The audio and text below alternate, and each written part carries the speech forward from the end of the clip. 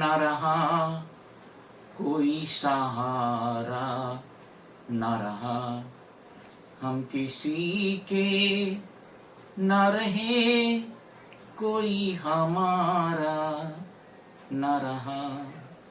आप लोग सोच रहे होंगे नईम शेख को क्या हो गया, जो 1962 की किशोर दा की फिल्म आई थी मधुबाला के साथ झुमरू, उसका सुपरहिट गाना गुनगुना रहा है।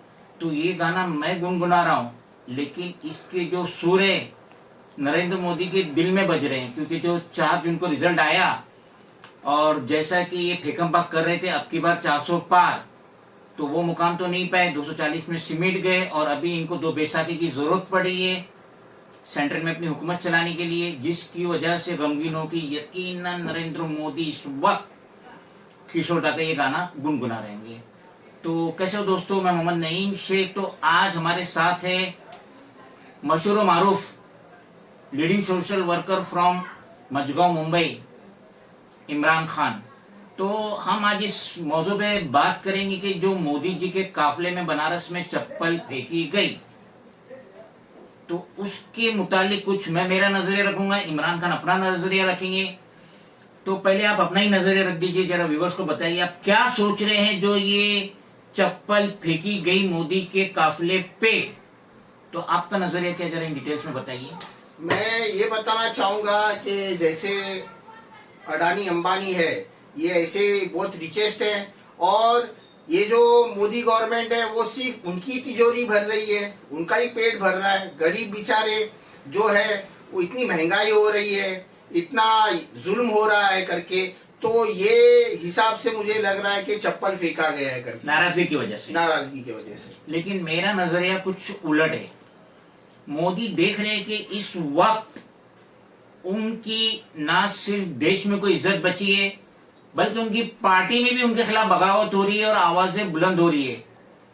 आरएसएस के मोहन भागवत ने तो खुले तौर पे मोदी से कह दिए कि जो आपका एरोगेंस है इस पे कंट्रोल करो, नहीं तो इसकी वजह से बीजेपी को बहुत नुकसान होगा। तो मोदी भी माइंडेड आदमी है, 10 साल से सेंटर में हुकूमत कर रहे हैं, 3rd टर्म में भी आ गए।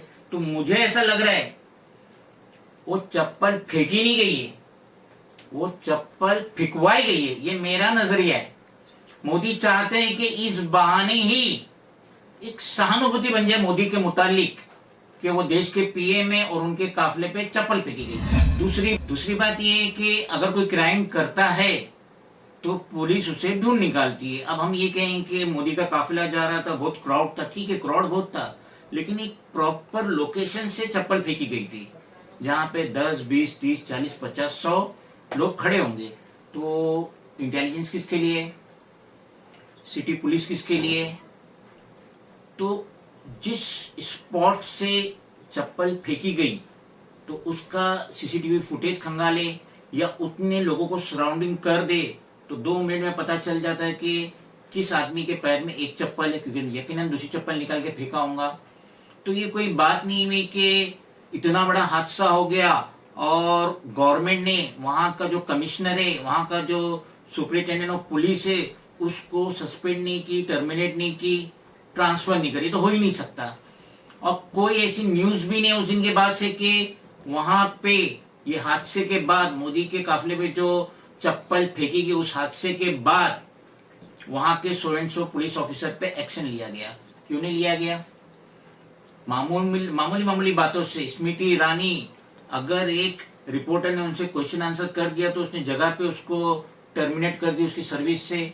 तो यहाँ पे जो गवर्नमेंट की तरफ से कोई एक्शन नहीं लिया जा रहा है, तो इससे मेरा जो शक है पुख्तागी में तब्दील हो रहा है कि ये चप्पल फेंकी नहीं गई, फिकवाई गई। मजीद आप कुछ कहना चाहेंगे?